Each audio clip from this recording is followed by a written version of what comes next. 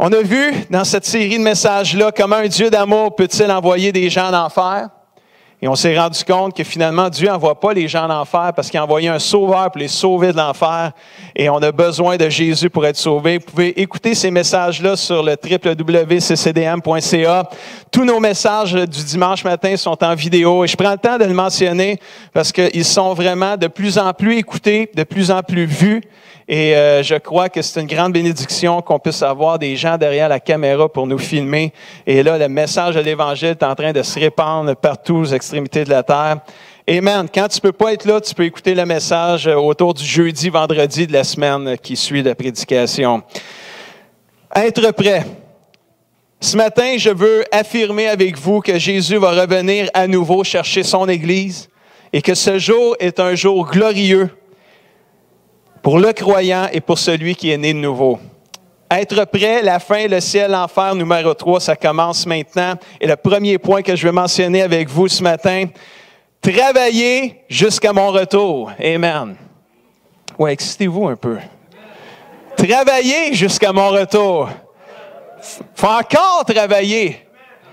Je suis en congé, puis tu me dis de travailler. Amen. Moi, je travaille, anyway, fait que travailler jusqu'à mon retour.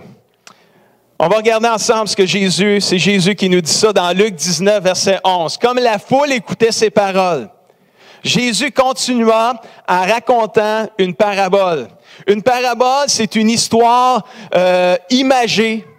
C'est une histoire sous forme d'image que Jésus a enseignée aux gens de son époque pour déclarer et enseigner des vérités concernant le royaume de Dieu et les choses spirituelles.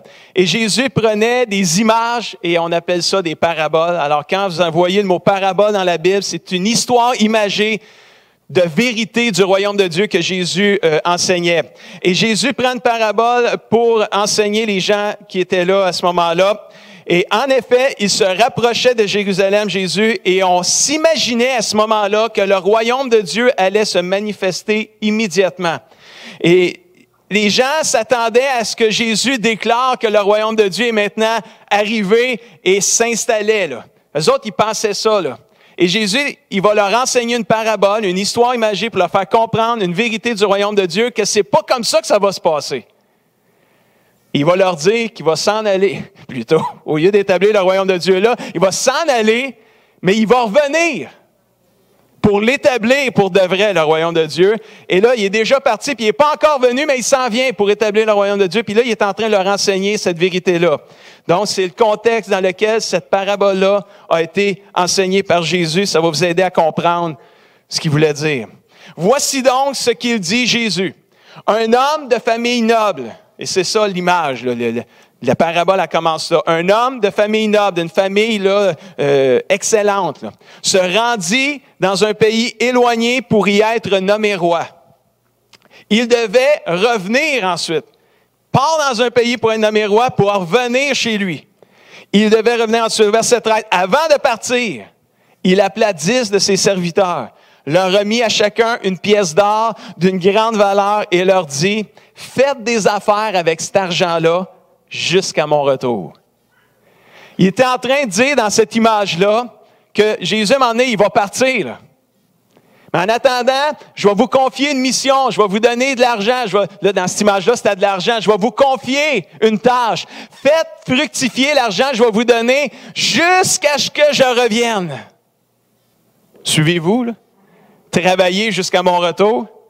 Jésus est parti, il s'en revient, il nous a confié une tâche. Travailler jusqu'à mon retour. Intéressant, hein? Il est parti, puis là, il leur dit, faites des affaires avec mon argent. Au verset 14, Luc 19. Mais les gens de son pays le haïssaient. Ils envoyèrent une délégation derrière lui pour dire, on n'en veut pas, lui, de roi, dans son histoire. Il fut pourtant nommé roi et il est revenu dans l'histoire qu'il raconte. Jésus, cet homme-là, il revient dans son pays. Il fit alors appeler les serviteurs auxquels il avait remis l'argent pour savoir ce qu'il avait gagné et ce qu'il avait fait avec cet argent-là. Le premier se présente à lui puis dit, « Oh maître, j'ai gagné 10 pièces d'or. » Il y en avait juste une, tout le monde en avait juste une. Il dit, « J'en ai gagné 10 avec l'argent que tu m'as donné. J'ai fait avancer ton argent, j'ai fait fructifier ton argent. » Oh là, le maître, il devait être sûrement content. Alors le roi lui dit, « Hey, super, bon serviteur, tu as été fidèle dans des petites choses, m'a te confié maintenant le gouvernement de 10 villes. » Wow! Être fidèle, là, ça paye tout le temps. Tout le temps. Peu importe comment tu es fidèle, c'est pas tu vas être récompensé. Dieu récompense la fidélité, cher ami. Sois fidèle dans les petites choses, même quand personne ne te voit, sois fidèle dans ces choses-là parce que Dieu le voit, puis Dieu va te le rendre. Alléluia. D'une manière ou d'une autre, Dieu va te le rendre. Laisse-toi pas croire, personne ne me voit, personne. Ça se peut que personne te voit, ça arrive ça. Ça se peut que personne te tape sur l'épaule, t'as bien fait ça, ça se peut ça. Mais reste fidèle parce que si tu le fais pour Dieu, Dieu le voit, puis Dieu n'est pas injuste. Il va te le rendre à un moment donné. Amen. Un autre, verset 20 à 21. Un autre serviteur vient et dit, « Maître, voici ta pièce d'or. Je l'ai gardée cachée dans un mouchoir. » Oh, tu n'as pas fait la même affaire, lui. Là. « J'avais peur de toi, parce que tu es un homme dur, tu prends ce que tu n'as pas déposé, tu moissonnes ce que tu n'as pas semé. » Verset 22, le roi lui dit, « Mauvais serviteur, je vais te juger sur tes propres paroles. » Fais attention à ce qu'on dit des fois. Hein? Tu savais que je suis un homme dur, que je prends ce que je n'ai pas déposé, que je récolte ce que je n'ai pas semé. Alors pourquoi n'as-tu pas placé mon argent dans une banque? À mon retour, j'aurais pu la retirer avec intérêt. Puis il dit à ceux qui étaient là, enlevez-lui cette pièce d'or qu'il a cachée dans un Kleenex et remettez-la à celui qui en a 10. Autre leçon de vie ici. Attention, parce que là, c'est comme à des chrétiens qui parlent. Il a confié à ses serviteurs une mission avant son retour. Et nous, dans le monde spirituel, Jésus est parti puis a confié le royaume de Dieu aux croyants. Annonce la bonne nouvelle. Est-ce qu'on va être retrouvé fidèle? Juste une question comme ça. Est-ce qu'on va être retrouvé fidèle à œuvrer pour le Seigneur? Amen pour le oui. On aurait tous dû dire oui même. Attention de ne pas être un mauvais serviteur. Faites avancer le royaume de Dieu. Jésus est en train de nous dire ce matin, travaillez jusqu'à mon retour. Œuvrez jusqu'à mon retour. Restez fidèles jusqu'à mon retour. Continuez, abandonnez pas, lâchez pas.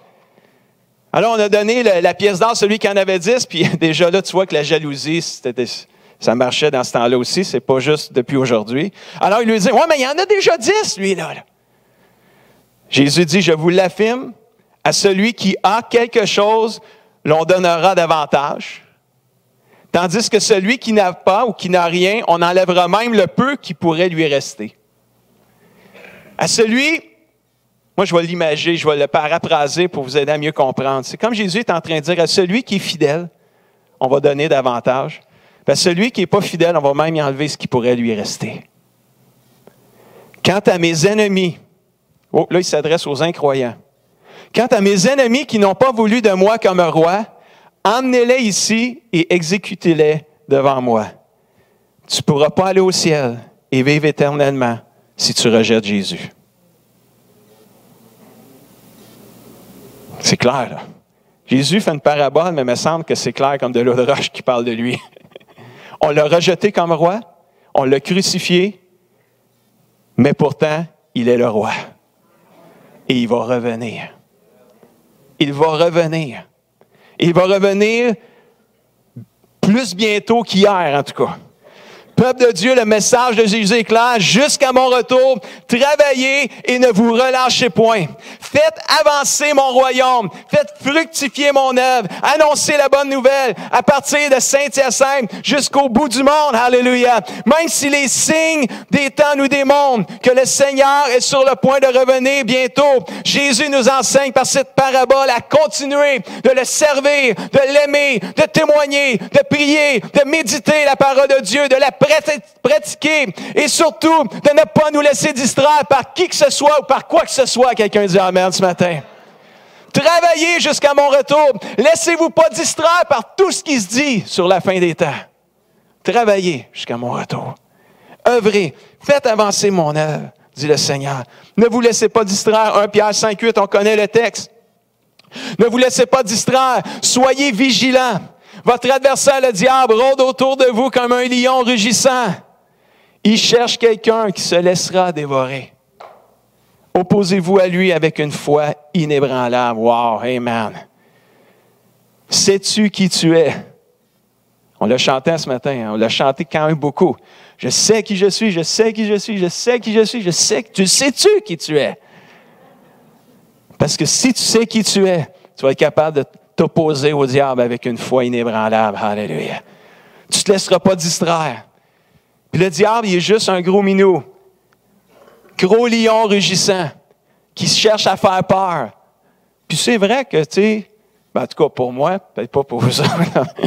Moi, les lions et les ours, c'est tous dans la même catégorie, là, tu sais, je les aime au parc safari quand moi, je suis dans la cage ou quand lui est dans la cage. En tout cas, quand il ne me voit pas, qu'il ne peut pas m'atteindre. Puis c'est vrai que ça fait peur, un lion. En tout cas, dans mon cas, moi, ça ferait peur. Tu sais, à côté de moi, je ne sais pas comment ça gronde, un lion, là, mais en tout cas, je ne suis pas bon là-dedans, je ne suis pas un imitateur. Mais mettons que ça fait peur. Mais peut-être que le diable qui rôde autour de nous autres, puis qui sème toujours de mauvaises pensées autour de nous, qu'est-ce qu'a fait le mauvais serviteur? Il a eu peur. Le diable, il essaye de nous distraire par la peur. Il essaye de nous paralyser par la peur. Il essaye de nous empêcher justement de faire avancer le royaume de Dieu. Il veut qu'on s'assoie sur notre chaise spirituelle, religieuse du dimanche matin. Alléluia. Puis quand tu arrives à t'asseoir sur ta chaise spirituelle le dimanche soir, oh là, il gronde un petit peu plus. Mais surtout quand tu commences à servir, et que tu commences à annoncer la bonne nouvelle, quand tu commences à être un témoin efficace pour Jésus-Christ, là tu entends son rugissement.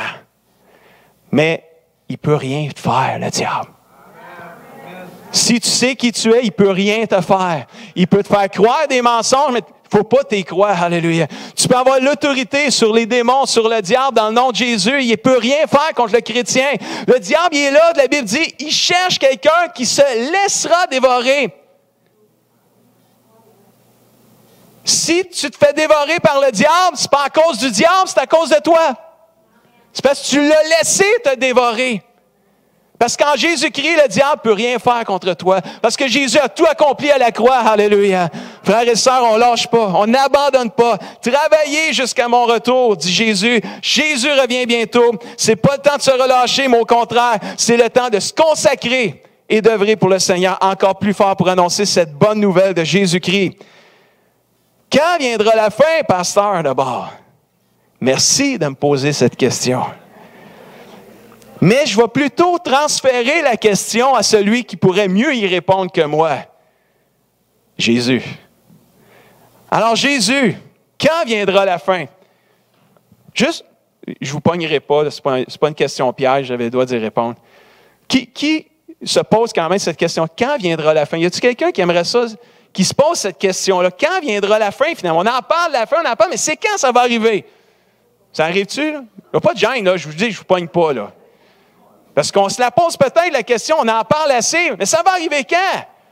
Il y en a gros qui pensaient que c'était l'année passée.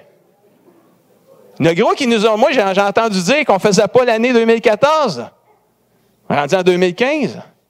En 88, on a sorti un livre, 88 raisons pour lesquelles le Seigneur venait en 88. C'est vrai, là, ça. Il ne doit plus être édité, il doit être sorti des bibliothèques, c'est sûr. Ça a même l'air, j'ai entendu dire que le même auteur, en 89, il a sorti un livre, 89 raisons. J'ai entendu dire ça aussi, là. Celle-là, je ne suis pas sûr, mais à la 88, ça, je suis sûr, mais 89, je ne suis pas sûr. En 90, il a arrêté, probablement. On n'a pas entendu parler. Quand viendra la fin? C'est bizarre parce que, même dans le temps de Jésus, il venait de ressusciter, là. Même pas. Il n'était même pas mort encore quand ils ont posé cette question-là. Il n'était même pas mort quand ils ont posé. Juste avant de mourir. Il était assis sur le mont des Oliviers, puis les disciples vinrent en privé lui poser cette question-là. « Hey, Jésus, dis-nous quand ça va arriver, puis quel sera le signe de ton retour puis de la fin du monde? » Tu comprends-tu? Il n'est même pas mort encore, puis il se pose déjà la question aux autres. Nous, ça fait 2000 ans qu'il est mort. C'est-tu normal qu'on se la pose, la question? Et Jésus répond, faites bien attention. Là, c'est comme s'il nous répond à nous autres. Là. Faites bien attention que personne ne vous égare ou ne vous distrait ou ne vous éloigne de la vérité. En effet, beaucoup viendront sous mon nom et diront, c'est moi qui est le Messie, et ils tromperont beaucoup de gens. Faites attention, c'est ça que Jésus est en train de leur dire. Par rapport à la fin des temps, là, soyez prudents. Soyez vigilants. Faites attention que personne ne vous séduise et ne vous trompe. Verset 6, Matthieu 24. Vous entendrez parler de guerre et de menaces de guerre. Hey, nous, là, on entend-tu parler? On n'entend plus juste parler. On en est conscient, on les voit. Encore plus aujourd'hui avec la technologie, comment qu'on peut voir rapidement les tragédies qui se font dans les autres pays. Menaces de guerre, parler de guerre. Il y a même eu les guerres mondiales là, au début des années 1913, je pense, 1945, 14. Moi, je n'étais pas loin quand même. Ça fait longtemps mon cours d'histoire quand même. On a entendu parler et Jésus dit, quand vous allez entendre tout ça, ne vous laisserez pas effrayer. Tu sais, des fois, tu dis, la guerre, tout ça, puis là, les gens disent, c'est effrayant, c'est effrayant. Non, Jésus dit, laissez-vous pas effrayer par ces choses-là. Il faut que ces choses-là arrivent. Cependant, ce ne sera pas encore. Quand ça va arriver, ça ne sera pas encore la fin. On se rapproche, mais ce n'est pas encore la fin. Une nation se dressera contre une nation. On est encore là-dedans, là. On parle encore là, de guerre partout là, dans d'autres continents, là. Je n'aimerais pas les continents, je vais me tromper. dans l'autre bord, là. T'sais. Une nation se dressera contre une nation, un royaume contre un royaume. Il y aura en divers endroits des famines, des pestes, des tremblements de terre. On en a vu encore un autre au Népal. Puis on pourra en faire une série depuis les 100 dernières années. Il y en a, c'est encore là, là. Tout cela ne sera que le commencement des douleurs. Mais surtout, ne soyez pas effrayés. Ça brasse, ça. Là. Mais Jésus dit, n'ayez pas peur. Puis le diable, c'est quoi qu'il veut faire? Là? Il veut qu'on ait peur. Il veut assez qu'on ait peur pour s'éloigner de la vérité. Il veut assez qu'on ait peur pour pas qu'on fasse avancer le royaume de Dieu. Il veut assez qu'on ait peur pour pas qu'on témoigne la bonne nouvelle de Jésus-Christ. On continue.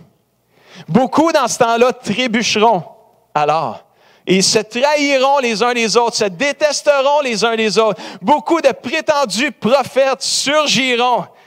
Hey, c'est pas nouveau ce qui arrive aujourd'hui. Là. Il y en a plein de prétendus prophètes. Là, beaucoup de prétendus prophètes surgiront. Ils tromperont beaucoup de gens. C'est pour ça qu'on a besoin d'être fondés sur la parole de Dieu, frères et sœurs. On a besoin de connaître, un temps pour connaître, là. Connaître la parole de Dieu, la méditer, la mettre en pratique, la connaître, la découvrir, pour pas que personne vienne nous séduire. Beaucoup trébucheront, au verset 12, à cause de la progression du mal. L'amour du plus grand nombre se refroidira. Mais quelle belle promesse! Mais celui qui persévérera jusqu'à la fin sera... C'est notre appel à nous, frères et sœurs, de persévérer jusqu'à la fin, malgré tout ce qu'on peut voir. Malgré le fait que l'amour du plus grand nombre est en train de se refroidir. J'espère que tu ne fais pas partie de cette gang-là. Mais j'espère que tu fais partie de la gang qui veulent persévérer jusqu'à la fin. Peut-être que tu t'es refroidi.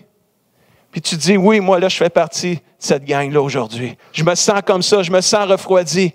Il y a de l'espoir encore. Alléluia. Tu peux encore de dire à Jésus, pardonne-moi Seigneur.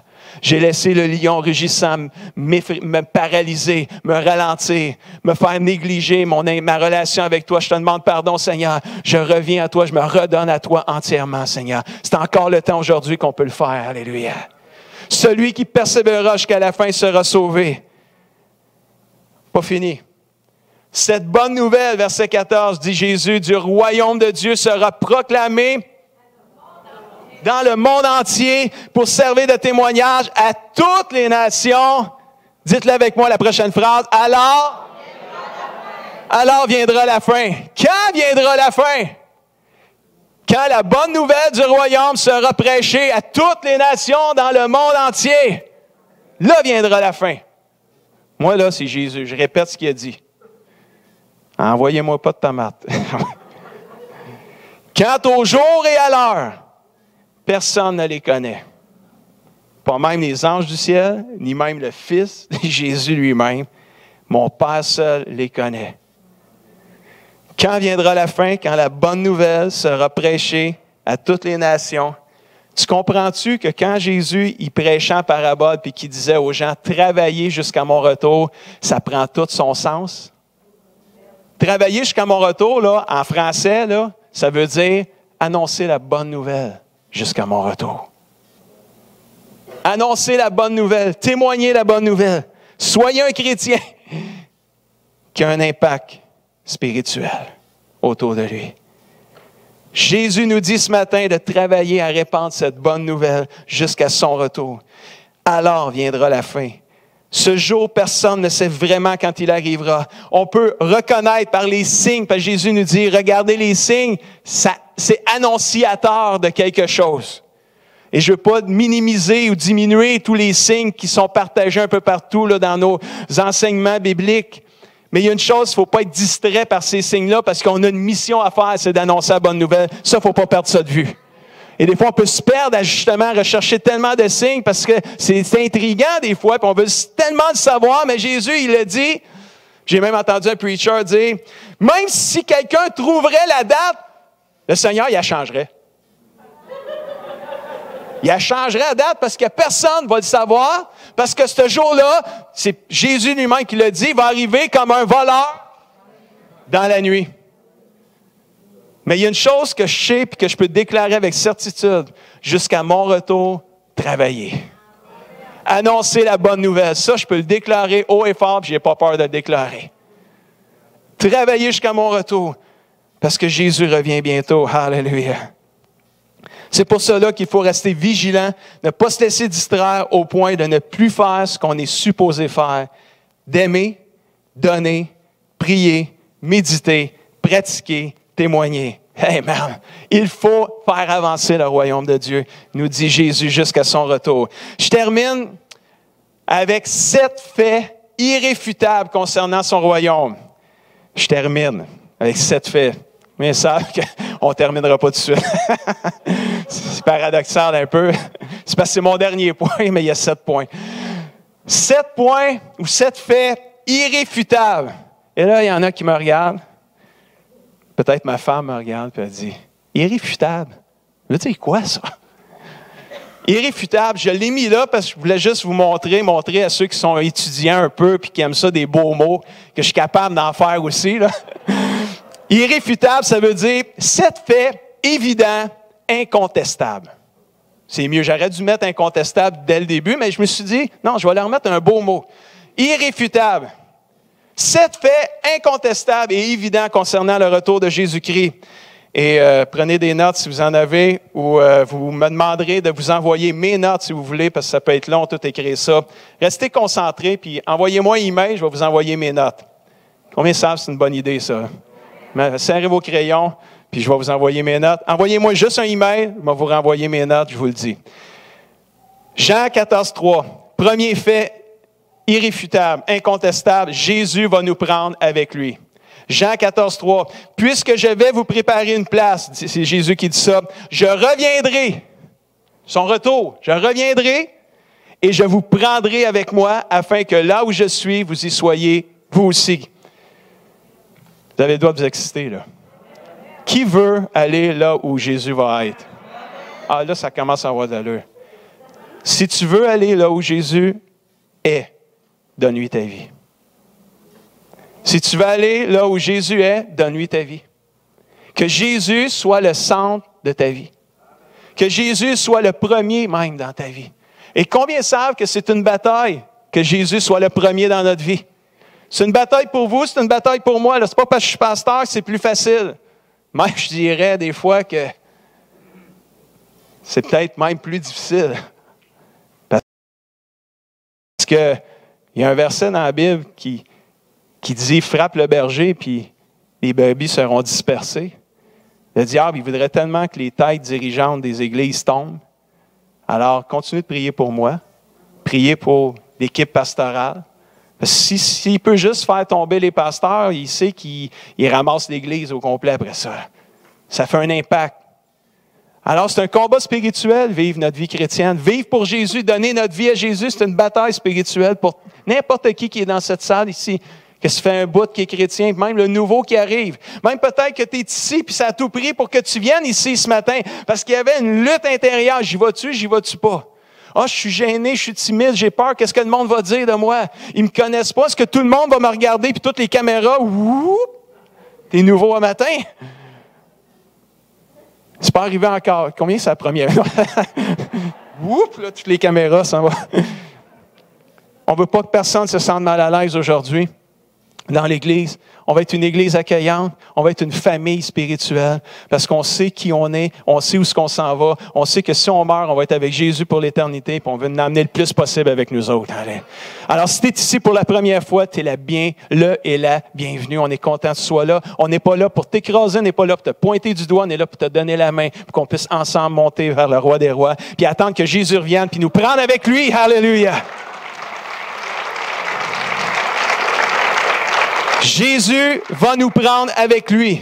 Numéro 2, Jésus va revenir avec toute sa puissance et toute sa gloire. Matthieu 24, 30. Et ils verront le Fils de l'homme arriver sur les nuages du ciel avec toute sa puissance et toute sa gloire. Puis nous, après ça, on va monter avec lui. On va être avec lui. Ça va être glorieux. Ça va être magnifique. Ça va être extraordinaire. Moi, je fais juste parler de ça, puis ça me donne le goût de continuer. Ça me donne le goût de persévérer. Même s'il y a des nations qui se lèvent contre une nation, même si on entend parler de guerre et de bruit de guerre, quand je pense qu'un jour, je vais être avec Jésus pour l'éternité, puis qu'il va revenir dans toute sa puissance et dans toute sa gloire, je veux être avec lui. Alléluia! Je veux surtout pas le regarder passer puis emmener toute une gang avec lui, puis moi, je reste ici, j'ai pas le goût de voir ça. Mais les plaisirs du monde sont attirants, cher ami. Puis ils veulent, le diable, je vous dis, il n'est pas capable de nous dévorer, mais il essaie-tu de nous faire dévier? Les jeunes, les moins jeunes. Des fois, on regarde les jeunes, pauvres jeunes. Non, ils ne sont pas pauvres, les jeunes. On regarde les adultes, puis je me dis, on n'est pas mieux qu'eux autres. On est aussi tentés pour nous aussi attirer vers les choses de ce monde. C'est plus les mêmes tentations. C'est parce que nous, là, les tentations qu'on a eues, ça fait longtemps qu'on les a gagnées. Là. Puis là, on se dit, hey, eux autres, ils ne sont pas chanceux, mais on se disait ça, moi et ma femme, cette semaine. Les jeunes, c'est les jeunes. Ils ont les mêmes tentations que nous, on a eues. Puis il y en a qui disent, c'est plus dur pour eux autres. D'après moi, non, c'est pas plus dur pour eux autres. Peut-être qu'eux autres nous regardent et disent, ouais, les parents. Les parents. Mon parent, eux autres, disent, ouais, ça dit que ça aime Jésus, mais, mais. Non, parlez pas, dites rien. Combien savent de ce quoi je parle? Je suis en train de parler. Les parents, là, regarde, pardonnez-nous des fois si on n'est peut-être pas aussi exemplaire qu'on aimerait l'être.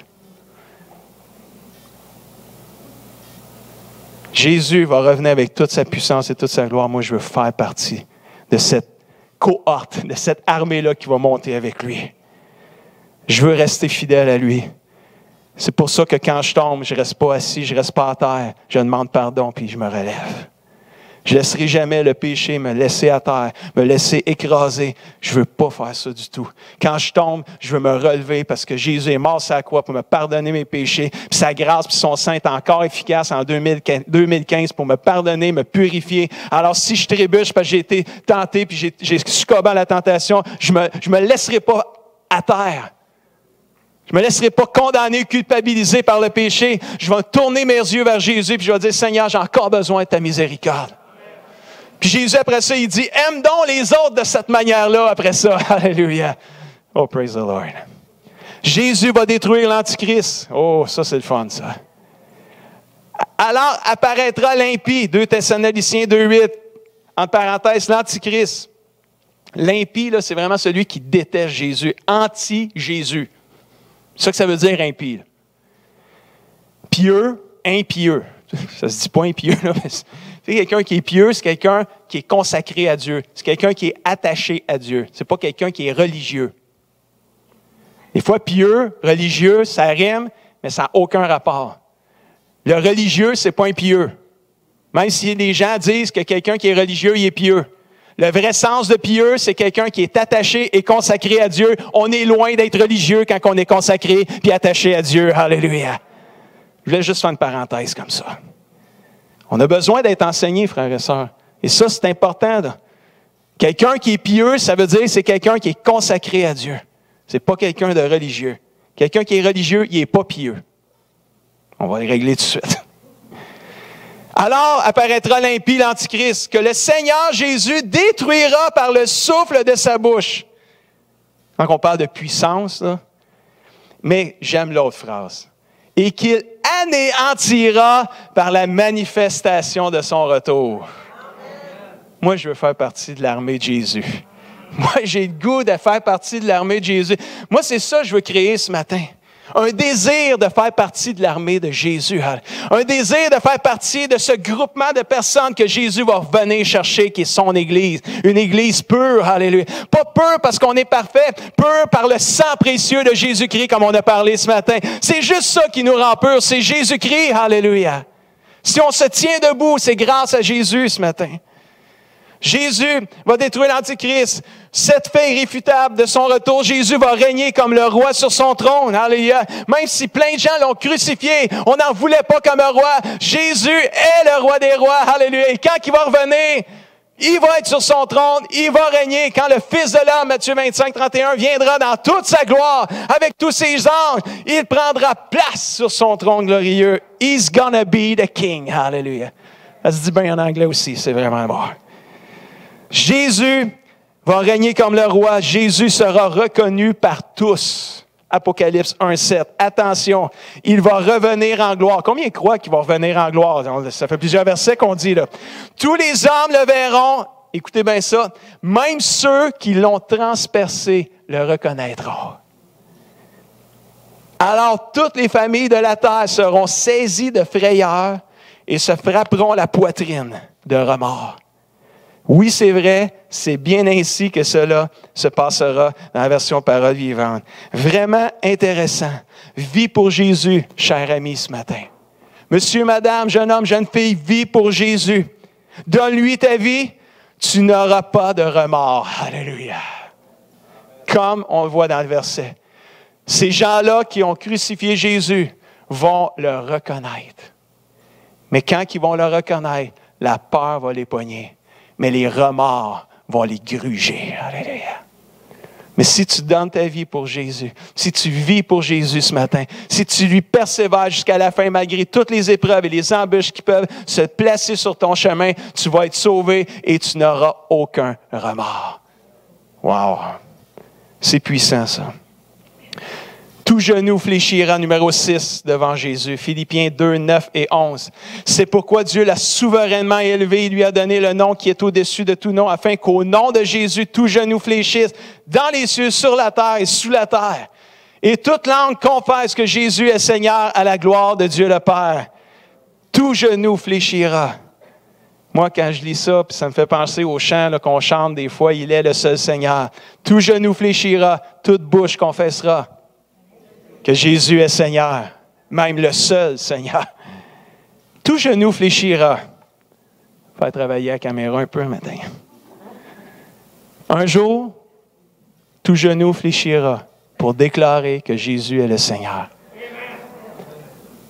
Pourquoi pas le faire maintenant?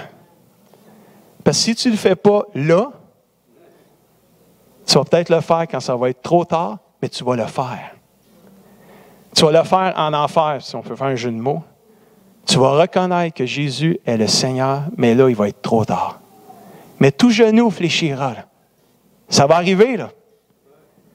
Pourquoi pas le faire maintenant, pendant qu'on en a l'occasion? Parce que si tu le fais maintenant, tu vas passer l'éternité avec Jésus.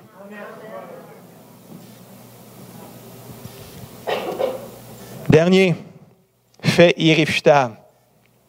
Nous irons rencontrer Jésus dans les airs. 1 Thessaloniciens 4, 16, 18. On entendra un signal, la voix du chef des anges, le son de la trompette de Dieu. Alors le Seigneur lui-même descendra du ciel. Ceux qui sont morts en croyant au Seigneur Jésus-Christ se relèveront de la mort les premiers.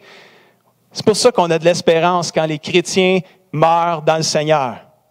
Quelqu'un qui vit pour Dieu puis qui meurt dans le Seigneur en croyant en Jésus-Christ, en étant né de nouveau. C'est pour ça que oui, on a une tristesse de les voir partir, mais il y a une joie aussi parce qu'un jour, ils vont se relever de la mort, ils vont ressusciter. Même, ça va être les premiers qui vont ressusciter et qui vont monter avec le Seigneur. Et nous, pour ceux qui vont rester, qui vont être encore vivants, on va être emportés ensemble avec les morts en Christ qui vont ressusciter sur les nuages, sur les nuées, en montant vers le Seigneur pour le rencontrer dans les airs. Ainsi, nous serons avec le Seigneur pour toujours. Et la Bible dit, encouragez-vous les uns les autres par ces paroles. Quelqu'un dit amen ce matin. On veut ce matin s'encourager. Alléluia.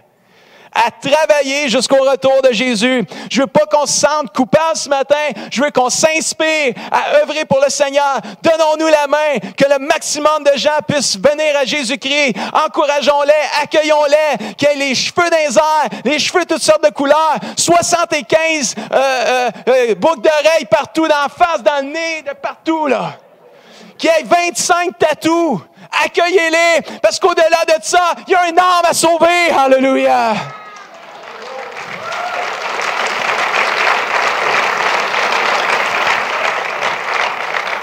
Mais qu'on arrive au ciel, le corps va être transformé. Fait que je ne sais même pas si ça va exister des tatous. Fait qu'accueillons les gens tatoués pour qu'ils puissent être sauvés. Alléluia. Le Seigneur va s'occuper des tatous plus tard. Qu'est-ce que le Seigneur est en train de te dire ce matin? Je vais inviter Manon, Jean-Marie, Alex à s'approcher avec Jason au PowerPoint. Qu'est-ce que le Seigneur est en train de te dire ce matin? Es-tu prêt pour le retour de Jésus-Christ?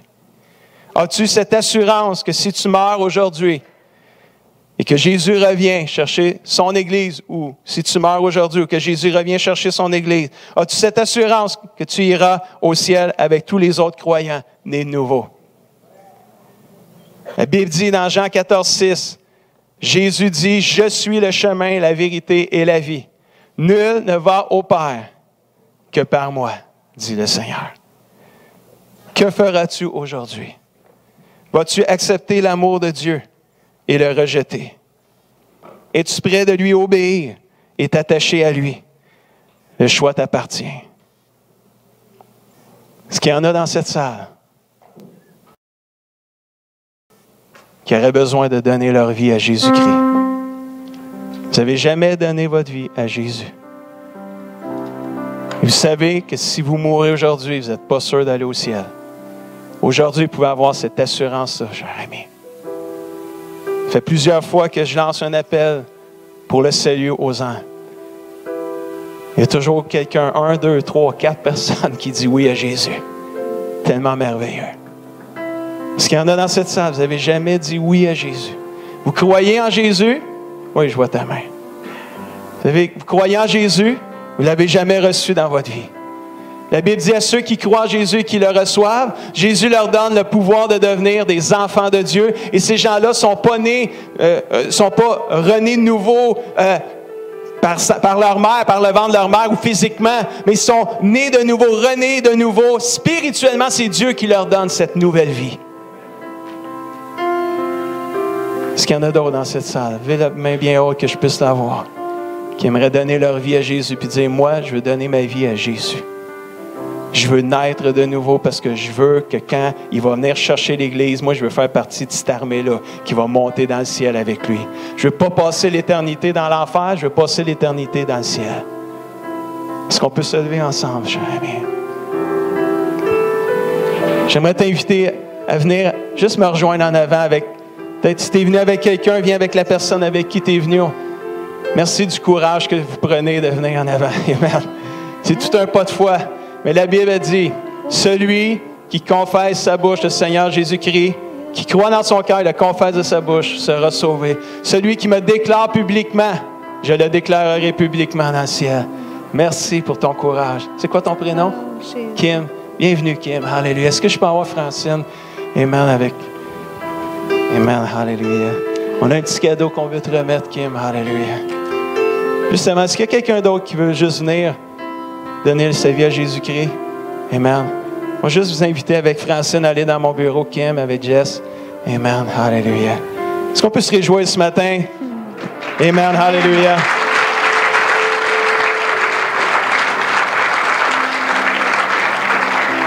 Francine va s'occuper de la conduire au salut. Amen. J'ai pas fini, Kenny, à la caméra. Je vais m'adresser aux chrétiens en terminant ce matin. Mon dernier verset, c'est dans 2 Pierre, chapitre 3, versets 10 à 12. La Bible dit, « Le jour du Seigneur viendra comme un voleur. En ce jour, les cieux passeront avec fracas. Les éléments embrasés se dissoudront et la terre avec les œuvres qu'elle renferme sera consumée ou brûlée. Puisque donc toutes ces choses doivent arriver et se dissoudre, quelles ne doivent pas être la sainteté, la pureté de votre conduite et de votre piété. » Le mot piété veut dire ici attachement à Dieu, d'où le mot pieux que j'ai dit tantôt. Quand vous voyez piété dans votre Bible, ça veut dire attachement à Dieu, consécration à Dieu. Alors que les temps de la fin arrivent, quelles ne doivent pas être la pureté de notre conduite, le sérieux de notre conduite, l'intégrité de notre conduite en tant qu'enfant de Dieu et croyant. Et notre consécration à Dieu, elle doit être au maximum.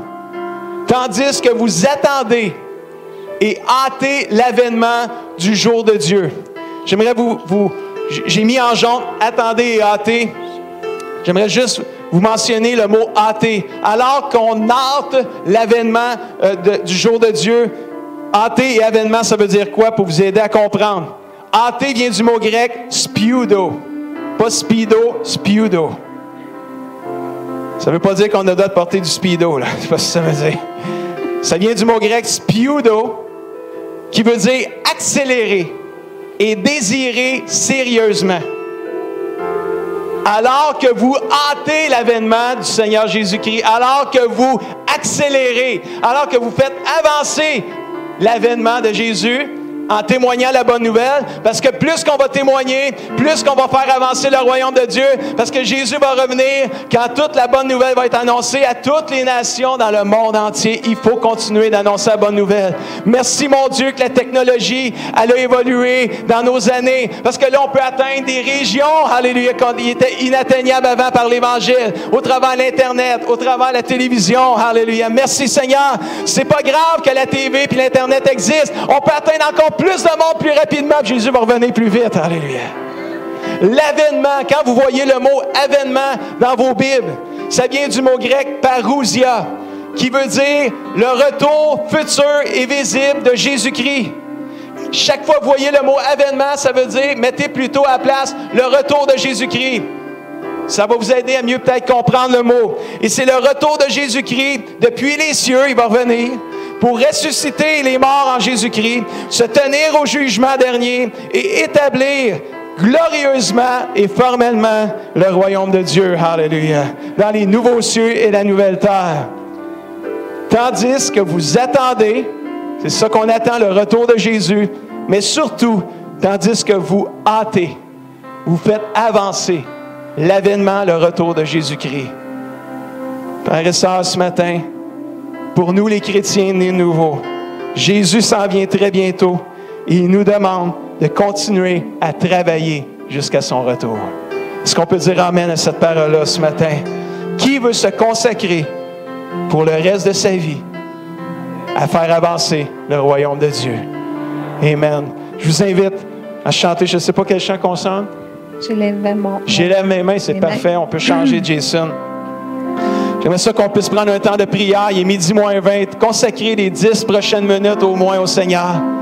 S'il y en a qui veulent venir à l'hôtel, vous avez des besoins, vous avez quelque chose, on ne veut pas vous partir d'ici sans avoir eu une prière, une touche de Dieu, un encouragement dans la prière, une guérison du Seigneur, une délivrance de Dieu. Peu importe ton besoin, sors de ton banc ce matin, viens en avant pendant qu'on va chanter. Pour les autres, consacrons-nous. Peut-être que tu veux juste venir en avant, dire, moi je veux me consacrer, pasteur. Je veux être tout entier à mon Dieu. Alléluia. Ce matin, c'est un temps de consécration partout dans ce lieu, peu importe où vous êtes, d'en avant jusqu'en arrière. Avant de partir, dis au Seigneur, je veux me consacrer à toi, Seigneur, jusqu'à ton retour. Je veux faire avancer ton royaume, Seigneur. Je veux attendre avec hâte et sérieux ton retour, Seigneur. Je veux annoncer cette bonne nouvelle. Je veux être un chrétien fidèle. Je veux avoir une conduite qui t'honore, Seigneur Jésus. Alléluia, Seigneur. Merci, mon Dieu. Pendant qu'on chante, j'élève mes mains, j'élève ma voix. Me voici comme une offrande, Seigneur. J'élève